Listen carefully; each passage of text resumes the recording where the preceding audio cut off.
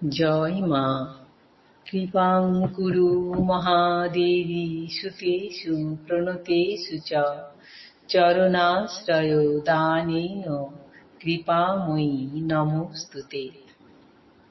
স্বামী পূর্ণাত্মানন্দ মহারাজের লেখা চিরন্তনী সারদা নামক গ্রন্থ থেকে আমাদের পাঠ চলছে মমতাময়ী। আজ চতুর্থ দিন পাঠ হচ্ছে। জয়রামবাটিতে এক বাল বিধবা ছিল, অতি গরিব। কোন রকমে লোকের বাড়ি কাজ করে তার দিন চলত। জ্ঞান হওয়ার আগে তার বিয়ে হয়েছিল। যখন বোঝার মতো বয়স হলো, তখন সে জানল সে বিধবা। সংসার সুখের অধিকার সে চিরকালের মতো হারিয়েছে। যখন সে পূর্ণ যুবতী, তখন একটি যুবকের সঙ্গে তার ঘনিষ্ঠতা হয়। এতদিন পর্যন্ত সমাজপতিরা এই দুঃখী মেয়েটির কোনো খোঁজ খবর নেয়নি। কেউ তাকে সাহায্য করতে এগিয়ে আসেননি। এখন সবাই তাকে নিয়ে পড়ল। বলা বাহুল্য, গ্রামের মাতব্বরদের অত্যাচারে মেয়েটির লাঞ্ছনা গঞ্জনা চরমে উঠল।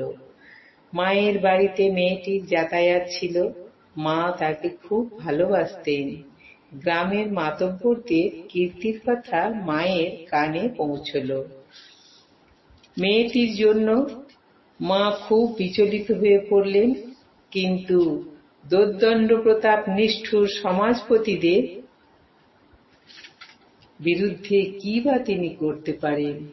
মায়ের এই ব্যাকুলতার কথা মায়ের জনৈক মন্ত্রশিষ্য স্থানীয় জমিদার জানতে পারে। তার হস্তক্ষেপে মেয়েটি যাবতীয় লাঞ্ছনা নির্যাতন থেকে রক্ষা পায়। শুনে মা যেন হাঁপ ছেড়ে বাঁচলেন।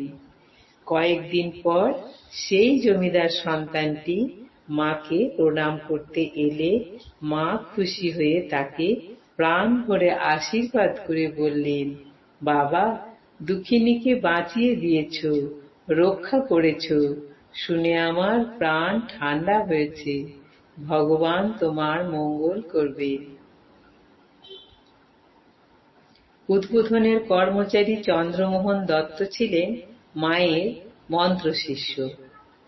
তাঁর মাইনে সামান্য, তবে পেট ভরে খাবার পান মায়ের বাড়িতে। চন্দ্রমোহন পূর্ববঙ্গের লোক। একদিন খবর এলো পদ্মার বন্যায় তাদের ঘর বাড়ি সব ভেসে গেছে। বাবা মা, স্ত্রী, পুত্র, কন্যা, চন্দ্রমোহনের গোটা পরিবার নিরাশ্রয় হয়ে পড়েছে। খবর পাওয়ার পর চন্দ্রমোহনের আহার গেল, নিদ্রা গেল। তিনি ভেবে কুল পান না, কি করবেন।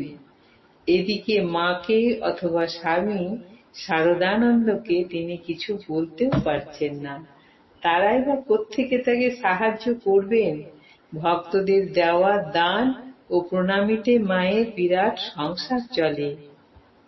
এই প্রসঙ্গে চন্দ্রমোহন লিখেছেন, মা অথবা শরৎ মহারাজ কাউকেই আমার দুর্দৈবের কথা সংকোচে বলতে পারিনি, কিন্তু অন্তর্যামিনী মা সব টের পেয়েছেন। একদিন আমাকে ডেকে খুব স্নেহ ও মমতা মাখা কণ্ঠে মা বললেন, ভাগ্যের ওপরে তো কারো হাত নেই চন্দু, তুমি অত ভেঙে পড়ো না। তুমি একবার দেশে গিয়ে ওদের একটা ব্যবস্থা করে দিয়ে এসো। অত চিন্তা করে কি হবে?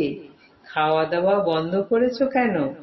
মায়ের কথায় আমার চোখ ফেটে জল এলো। আমি বললাম, কিন্তু মা, আমি ওখানে গিয়ে কি করব? বাড়ি ঘর যে সব ভেসে গেছে। ব্যবস্থা একটা করতে তো অনেক টাকার দরকার। তাছাড়া যাওয়া আসার পয়সাও তো আমার কাছে এখন নেই। করুণাময়ী মা শান্তভাবে বললেন, আমি সব জানি।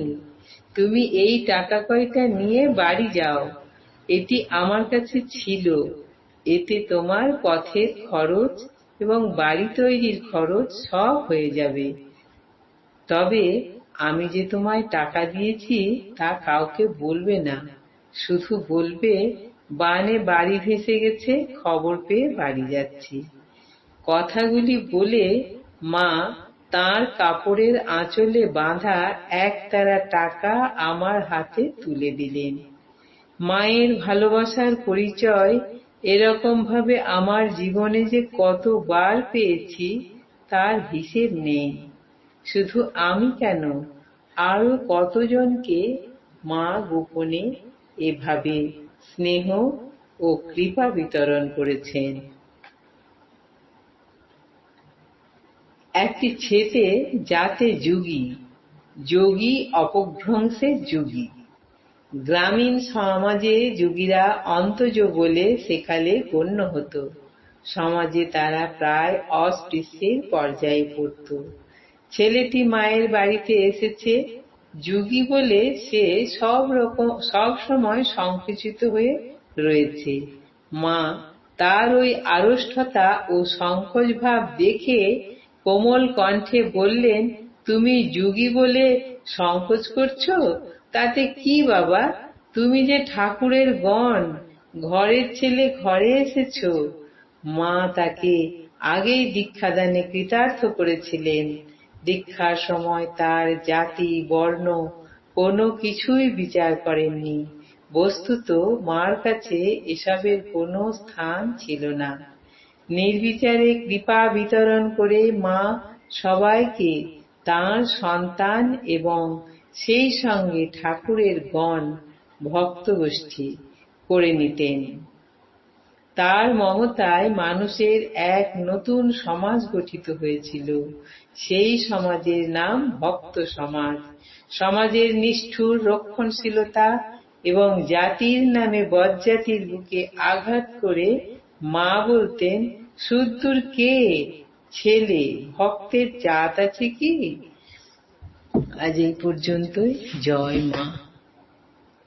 জননীং শারদাং দেবীং রামকৃষ্ণং জগদ্গুরুং পাদপদ্মে তয়োঃ স্থিত্বা প্রণমামি মুহুর্মুহুঃ।